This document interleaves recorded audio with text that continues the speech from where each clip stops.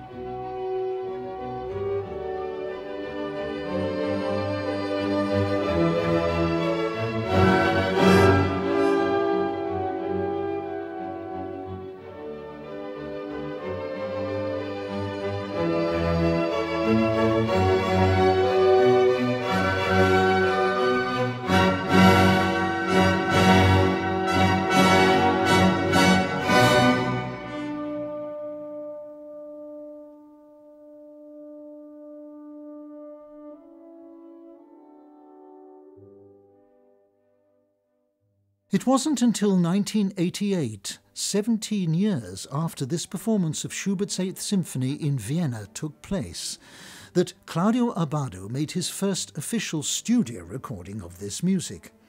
And that was for Deutsche Grammophon, with one of the several pioneering orchestras of young musicians that he created, the Chamber Orchestra of Europe.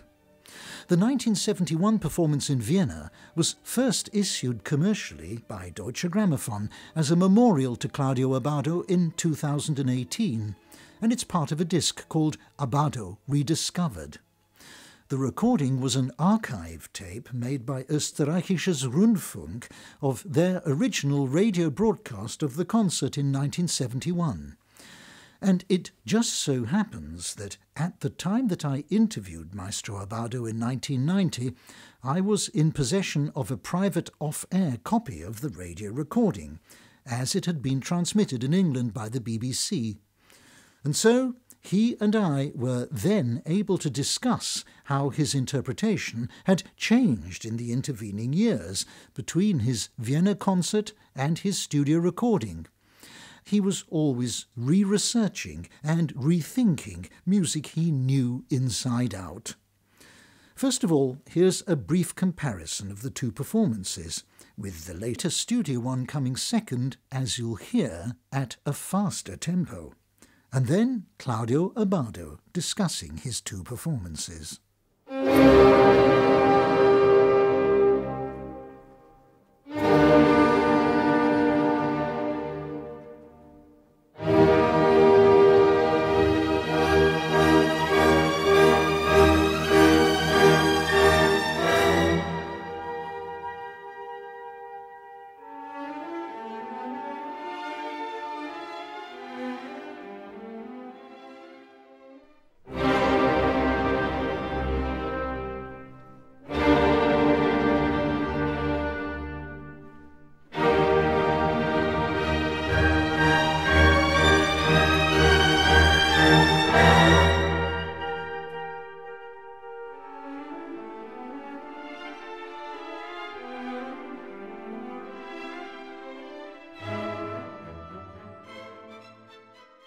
You know, I don't think fast or slow. I think more important that I found now in the manuscript of Schubert a lot of different things that I didn't know.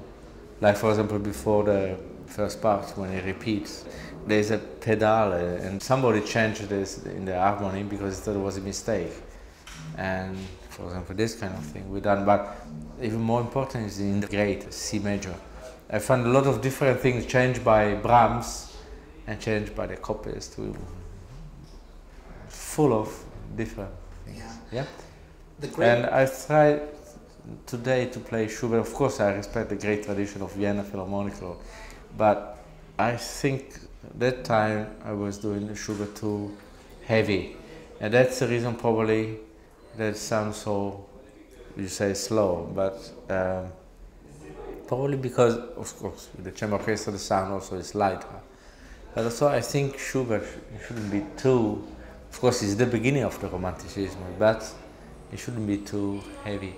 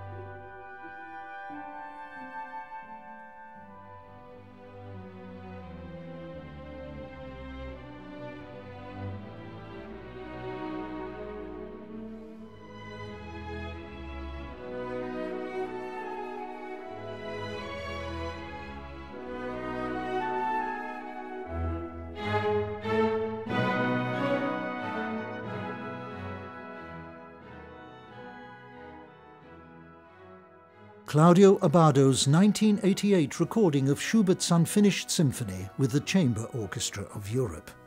And by that time he was performing this music with the Vienna Philharmonic Orchestra with his reconsidered approach and the discovery that he'd made in Schubert's original manuscript.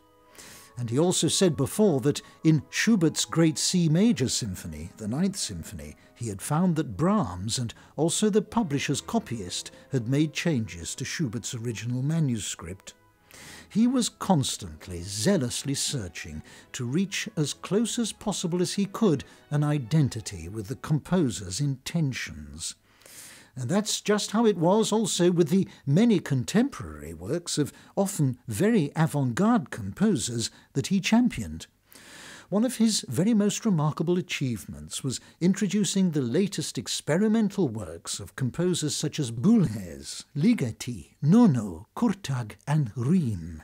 And this was at a time when Vienna was generally very conservative in its tastes. He conceived and performed a festival of new music there that was a great success, and he called it Wien Modern. Vienna is a very conservative town, but probably you know, since 3 years now we start a new festival called Wien Modern, where we play just modern music, and with portraits of the greatest composer like Ligeti and so on.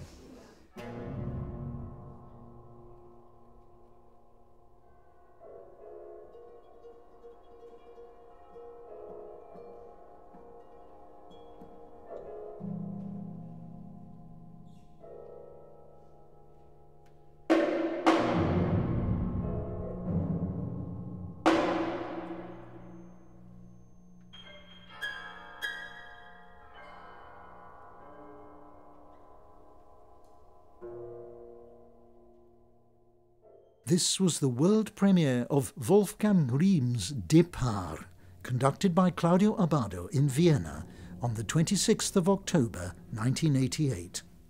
22 musicians of the Vienna Philharmonic Orchestra were accompanying a sung choir and a spoken choir, both in French, intoning the words of the poem Départ, Departure, by Arthur Rimbaud.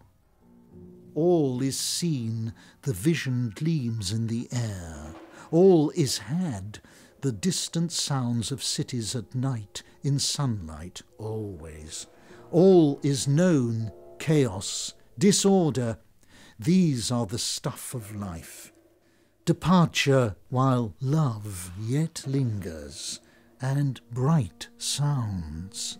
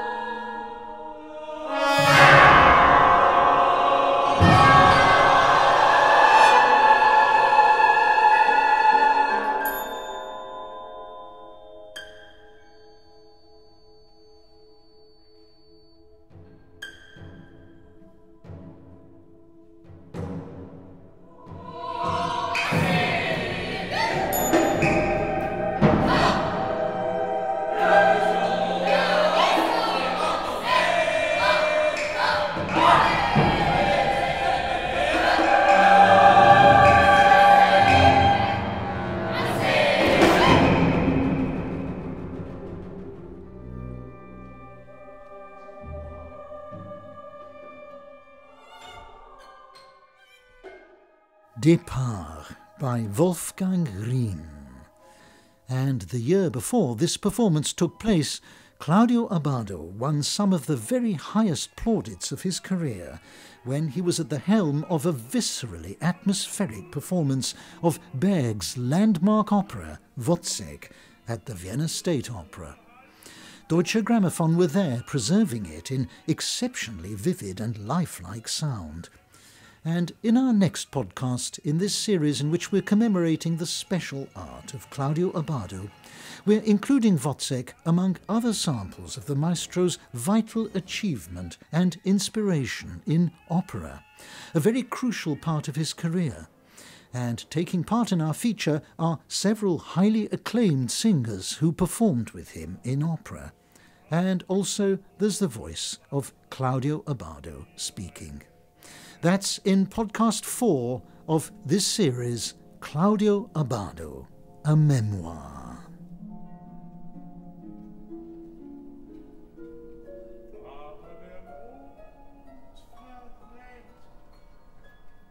Der Mond ist blutig. Will denn die ganze Welt es ausplaudern?